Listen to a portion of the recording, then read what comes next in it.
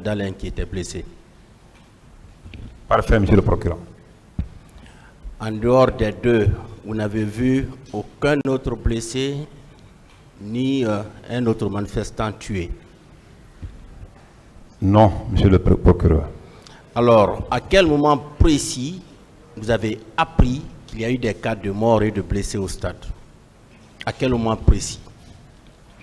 C'était le soir. Je l'ai dit autrefois. Oui, c'était le soir. Vers quelle heure? Vers la nuit, quand on partait maintenant, quand on quittait la chose, quand on quittait chez le capitaine Dadis pour aller chercher les leaders, c'est en ce moment qu'on en parlait dans la voiture, qu'il y a eu des morts, effectivement. Mais le combien, on ne me l'a pas dit. Donc, de l'après-midi jusqu'au soir, vous n'avez rien appris? Moi, je suis venu chez le capitaine Dadis vers le soir. D'accord. C'est ça. Et quelle a été votre réaction lorsque vous avez appris? Monsieur le procureur, j'étais choqué. En réalité, comme vous connaissez, j'étais choqué. Et jusqu'à présent, je suis choqué. Même si c'était un seul mort, c'est vraiment choquant. Surtout les conditions dans lesquelles l'intéressé aurait trouvé la mort.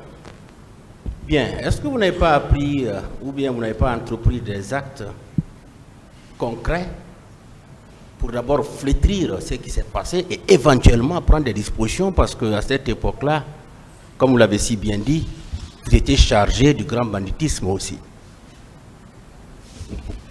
Oui, monsieur le procureur, j'étais chargé du grand banditisme.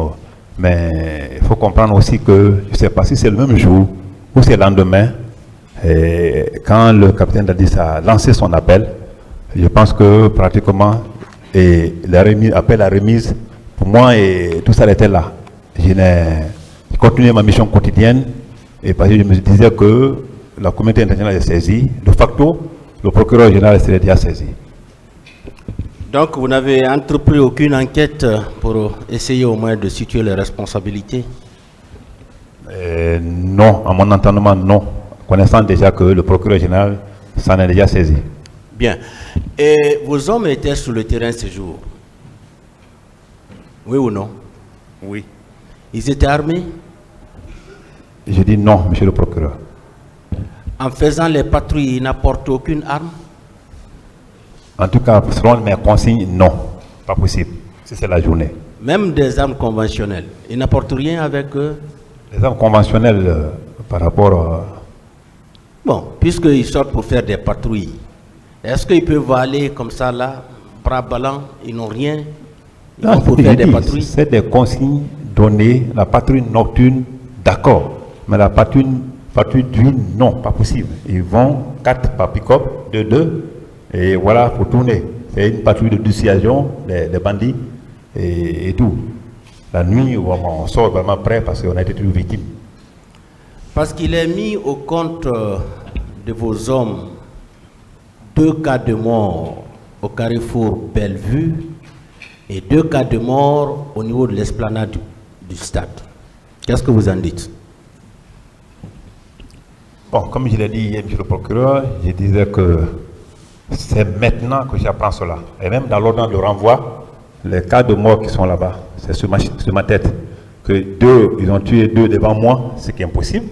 Et que moi-même, j'aurais tiré sur quelqu'un ou, je ne sais pas, un militant. Et c'est ce que j'ai vu. Et c'est la partie-là, hormis les autres infractions ne m'ont pas effrayé, comme les 2 parties-là. Parce que ça m'a irrité à la tête. Bien. Et puisque vous étiez au stade, ces faits-là se sont presque déroulés devant vous. Et vous n'avez pas dressé de rapport pour expliquer au moins dedans ce qui s'est réellement passé à l'adresse de votre hiérarchie? Je n'ai pas compris. Vous n'avez pas fait de rapport de ce que vous avez constaté au stade? Non, je n'ai pas fait de rapport. Pratiquement non. Quand j'ai fait le compte rendu, comme vous appelez, nous, l'information en voie hiérarchique, nous on appelle compte rendu. Quand j'ai donné le compte rendu ce soir et que j'ai été instruit à le reprendre les gens pour un hôpital approprié, et je pense que pour moi, il y avait accompli une mission. Donc, vous n'avez fait aucun rapport écrit? Un rapport par rapport à cet événement? Non, parce que c'était instantané. Mon rôle là ne méritait pas un rapport comme c'était une mission planifiée. Bien, en votre qualité de secrétaire d'État chargé du grand banditisme, des services spéciaux, de l'antidrogue à qui vous rendez compte de vos opérations, de vos activités? Monsieur le procureur, merci. Je disais hier que lorsque nous faisons des informations et que ces informations sont planifiées, la première personne donc, nous constatons la commission d'une infraction, c'était le procureur territorialement compétent. À l'époque, je pense que les parquets d'alors peuvent le confirmer. Donc, souvent, si je viens au Conseil des ministres, rarement d'ailleurs, c'est pour, avec un rapport, vous venez dire, alors on a fait ça, on a besoin de tel moyen. C'est quand j'ai besoin de petits moyens, je vais là-bas. Vous savez, à l'époque, il n'y avait pas de budget. Par rapport au procureur, je crois que ça, c'est sur le plan judiciaire, n'est-ce pas? Oui. Et sur le plan administratif, parce que vous avez ces deux casquettes-là en tant qu'OPJ, vous rendez compte à quelqu'un de ce que vous faites? C'est ce que j'ai dit. Je relevais d'une structure gouvernementale. Lorsque une telle chose arrive et que j'ai besoin de rendre compte, je passe directement au Conseil des ministres, je fais mon compte rendu et par voie de rapport. Et je pense que le rapport là remonte par voie hiérarchique. C'est comme ça que j'évoluais, moi. Vous rendez compte à qui? Vous ne voulez pas dire ça? Non, mais je sais pas que vous relevez de quelqu'un? Oui, c'est ce que je vous ai dit. Que vous relevez d'un supérieur? Si, mais... Vous avez quelqu'un à qui vous rendiez compte? Je suis d'accord avec vous. Hein. On est d'accord? Oui. Sur le plan administratif, là, vous le savez, vous êtes OPJ. Absolument. Voilà, les OPJ nous le disent souvent. Quand ils font une activité, ils rendent compte au procureur, ça c'est sur le plan judiciaire, mais sur le plan administratif, ils ont une hiérarchie. Oui, là, mais, vous le savez, oui, vous ne voulez pas nous dire ça? Oui, je suis d'accord avec vous. Bien, à qui vous rendez compte sur le plan administratif? Je voulais simplement vous dire, si vous se comprenez sur la question, moi j'étais déjà au sommet. J'avais des services. Quand ils constatent les choses, je suis informé. Non, ma question est simple. Oui. Voilà. Et moi écoutez, s'il vous plaît, s'il oui. vous plaît, la question elle est simple. Hein. Sur le plan administratif, vous rendez compte à qui? Au gouvernement. Vous ne pouvez pas répondre, vous êtes libre. Au gouvernement, parce que j'étais membre du gouvernement. Ah, au gouvernement? Oui. Tout court? Oui. Donc vous attendez souvent, même si quelque chose se passe au cours de la semaine, vous attendez le conseil pour faire le compte rendu? Non, si quelque chose se passe au cours de la semaine, si c'est au cours de la semaine, quelque chose se passe, je suis informé. Il y a l'arrivée d'un bateau ou bien il y a une grande saisie de cocaïne et autres là. Alors, les rapports me parviennent. Ce n'est pas moi qui fais en fait le rapport. Il y a le chef de mission, il y a le chargé de dossier. Quand ils font la mission, ils envoient d'abord, quand le procureur est saisi, pendant que le dossier est contenu de façon procédurale, qui montre l'information là, je peux rendre compte soit à Sekouba ou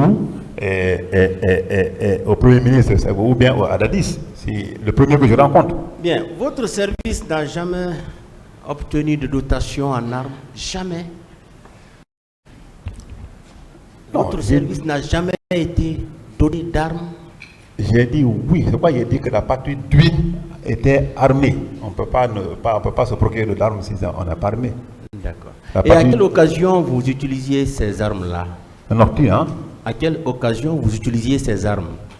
Bon, comme vous l'avez vu une fois, mais à chaque fois d'ailleurs à l'époque là, dans les attaques des stations auto là, alors les gens venaient pour intervenir.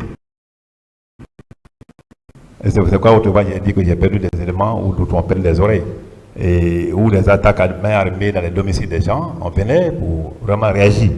Donc les gens faisaient des missions. Mais moi je ne sortais pas la nuit dans tous les cas, comme vous le savez, mais les hommes sortaient comme ils étaient armés.